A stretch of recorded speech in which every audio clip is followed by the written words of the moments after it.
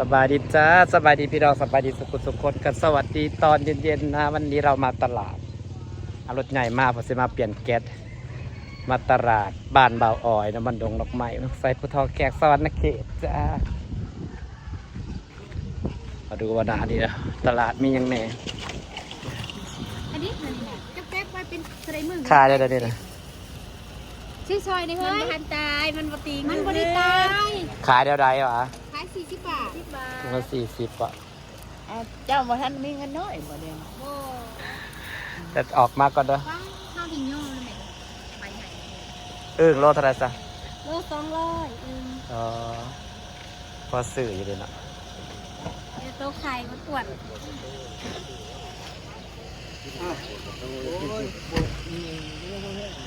ตลาดกระสิเปื้อนนะพี่น้องเปื้อนแทบเปื้อนว่าฝนตก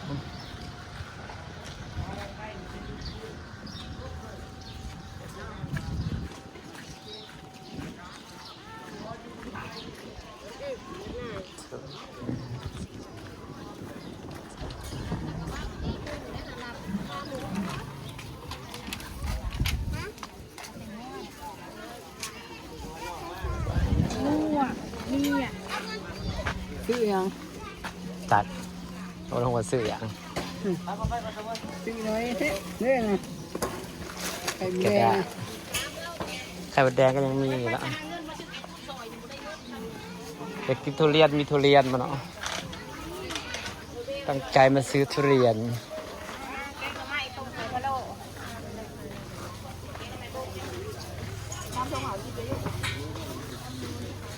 ได้อยู่แล้ว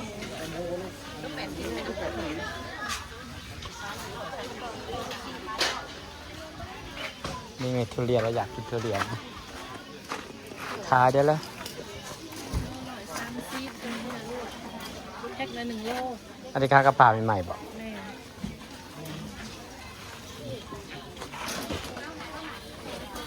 ซื้อยังคะซื้อยังอยากกินทุเรียนอยากแข่งอยากมาลายมืออะไรนี่ฮักก็เห็นนี่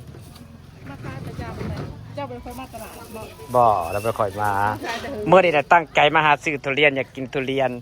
มึงบอกผู้เดียวระเบิดได้เลยนะบางทีนั่นเมื่อน่ะซื้อมาเมื่อน่ะ2 หน่วยผ่ากินผู้เดียวระเบิดความหมักนะหมักกินแต่ทุเรียนจ้ะได้อย่างแก้วนะมากระเพรา400เบาๆ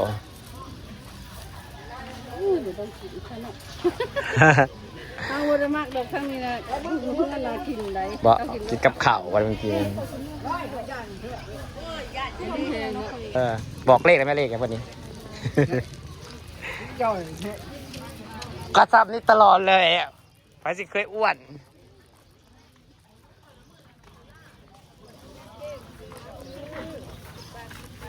แล้วก็เจียวงาม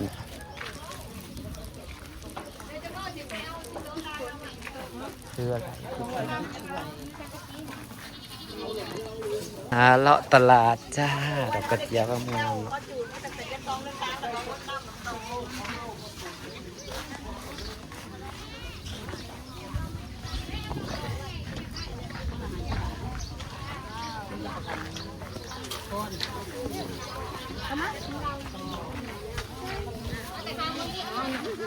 เอาเมื่อก่อนป้าครับเอาเมื่อก่อนป้าโอ้โหโลเท่าไรเนื้อหมูนี่นะ110 บาทตัวโล100ได้3 สั้นนี่โลเท่าไรแบบผัดกะเพราหมูกรอบโลเท่าไรเนี่ยนะ3 สั้นได้โล 1คือในตลาดดูว่าซื้อว่าของขายหลายเลยเหมือนเช่น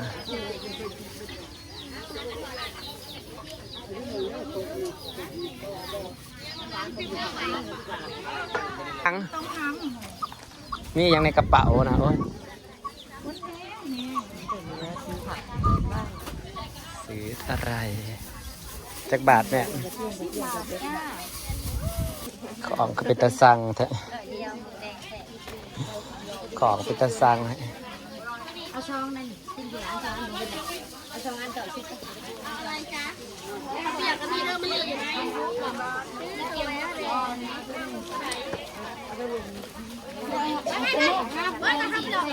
ซื้อปลาทูไปไว้ ที่ที่บ้านคือการช็อกโกแลตอย่าบอกนะว่ากิวไอ้วงมาเขาแล้วเขาหลักเลยเป็นโทษจริงๆเมื่อรถเขาเสียเป็นรถก็เป็นรถเจ้าของ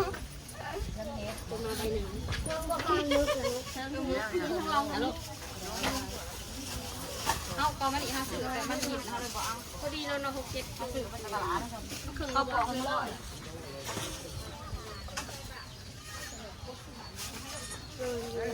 กินอะไรว้าวเลยลุดว้าวเลยลุดลงเรื่องละ200เอาข้ากะสิถาคือกันซะข้ากะสิถาคือกันได้ป้ารถกะสิถาจะออกมาแล้ว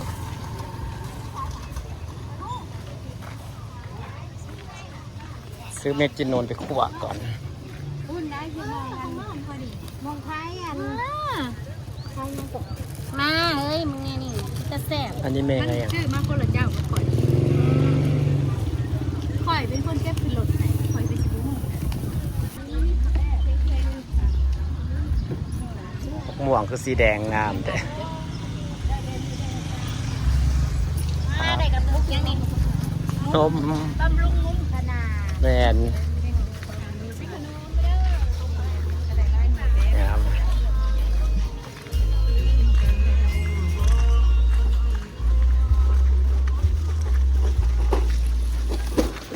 อันนี้อยู่ตลาดบ้านเบาออยเด้อพี่น้อง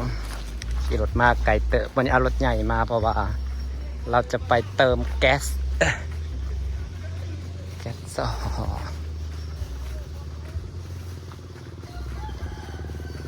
แก๊สกระหมดไปดูว่าเติมแก๊สจะเท่าไหร่แล้วบ่ขึ้นจากโคขึ้นแพงแท้850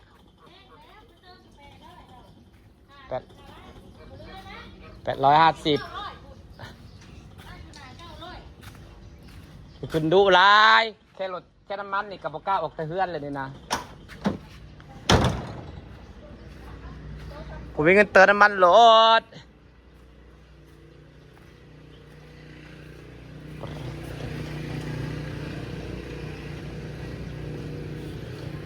ทางนี้ยังใหม่เนาะทางละ850 บาทจ้า850ไปตลาดมากกับซื้อของอันนี้กะซื้อไปพิษไว้พี่น้องมีซีนเศษมีปลาหมึกมีปลาทูทุเรียนนี่อยากตัวแล้วอยากมาลายมืออะไรกินมันสะใจซีนหมูโครงไก่พักจัดกันเนี่ยสบตำอันนี้กับเบิด1,000 กว่าบาทนี่กับแก๊สกับนี่เบิด2,000 กว่าบาทเติมน้ำมันอีก1,000เบิดเงิน3,000 กว่าบาทว้าออกจากบ้านวันนี้หมดตังค์3,000 กว่าเลยจ้าโอ้ยพอออกเคลื่อนมือทับนี่กับเบิดเงิน2-3 พันน้ำมันกับบดเติมเป็น1,000กับบดได้ขนาดเติม1,000ยังขึ้นบ่ฮอดขีดซ้ำน้ำมันชั่วโมงนี่โพดโพแต่ก่อนยังว่าแก๊สก็ขึ้น100พุ่นเด้พี่น้องยังก็ขึ้นไปซื้อของตลาดยังว่า1,000ได้น้อยเดียวนึงแก๊สก็ขึ้นจ้ายังก็ขึ้นเบิดละจ้าเราจะอยู่ยังไงคะขอบคุณจ้าฟ้า850 บาทคือกันนั่นแหละครับกับมันกับทางไส้กับสำหรับข่อยแบบคุ้มอยู่ได้มันก็เป็นทะเลเดือนในทางหนึ่งกันท่านกับสอบกันท่านกับสอบละ100 แม่น